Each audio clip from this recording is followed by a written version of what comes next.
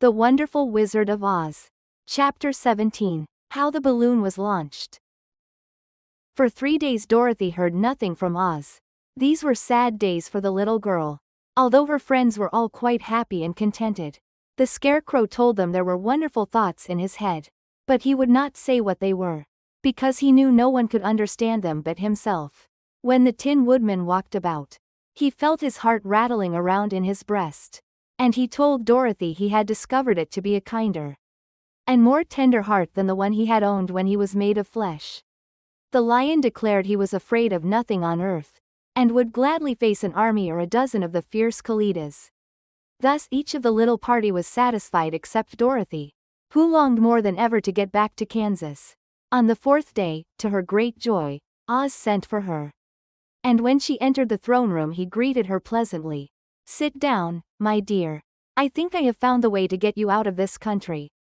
"And back to Kansas?" she asked eagerly. "Well, I'm not sure about Kansas," said Oz. "For I haven't the faintest notion which way it lies. But the first thing to do is to cross the desert. And then it should be easy to find your way home." "How can I cross the desert?" she inquired. "Well, I'll tell you what I think," said the little man. "You see, when I came to this country it was in a balloon. You also came through the air, being carried by a cyclone.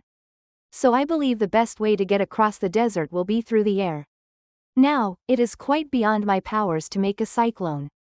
But I've been thinking the matter over. And I believe I can make a balloon."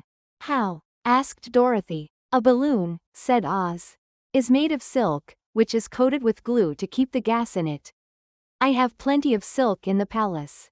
So it will be no trouble to make the balloon. But in all this country there is no gas to fill the balloon with. To make it float." "If it won't float," remarked Dorothy, "it will be of no use to us." "True," answered Oz, "but there is another way to make it float. Which is to fill it with hot air. Hot air isn't as good as gas. For if the air should get cold the balloon would come down in the desert. And we should be lost." "We!" exclaimed the girl. "Are you going with me?" "Yes, of course," replied Oz. "I am tired of being such a humbug. If I should go out of this palace, my people would soon discover I am not a wizard. And then they would be vexed with me for having deceived them. So I have to stay shut up in these rooms all day.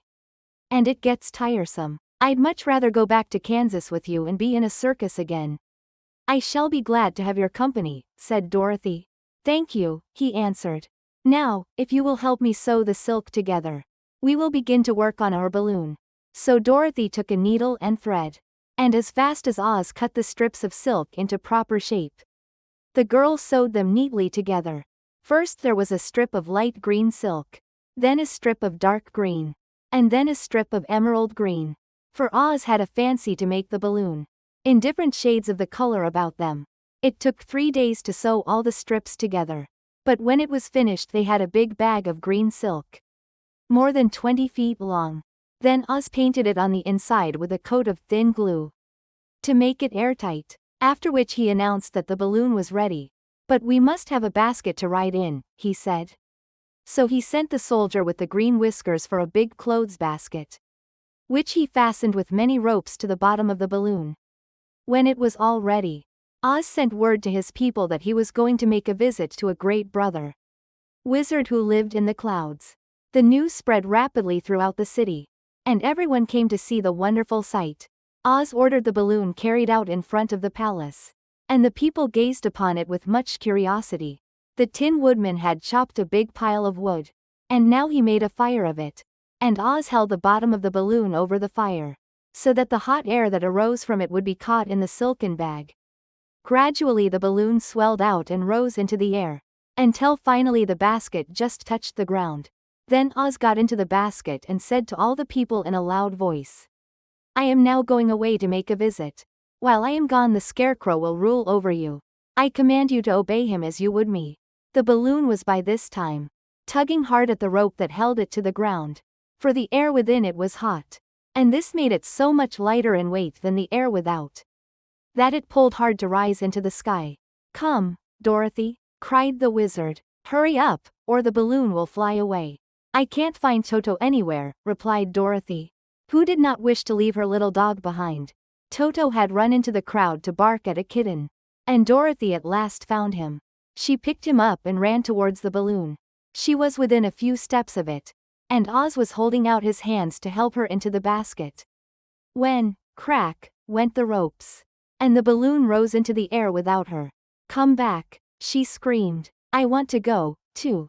"I can't come back, my dear," called Oz from the basket. "Goodbye, goodbye," shouted everyone, and all eyes were turned upward to where the wizard was riding in the basket. Rising every moment farther and farther into the sky. And that was the last any of them ever saw of Oz, the wonderful wizard. Though he may have reached Omaha safely. And be there now, for all we know. But the people remembered him lovingly. And said to one another, "Oz was always our friend. When he was here he built for us this beautiful Emerald City. And now he is gone he has left the wise Scarecrow to rule over us." Still, for many days they grieved over the loss of the wonderful wizard. And would not be comforted.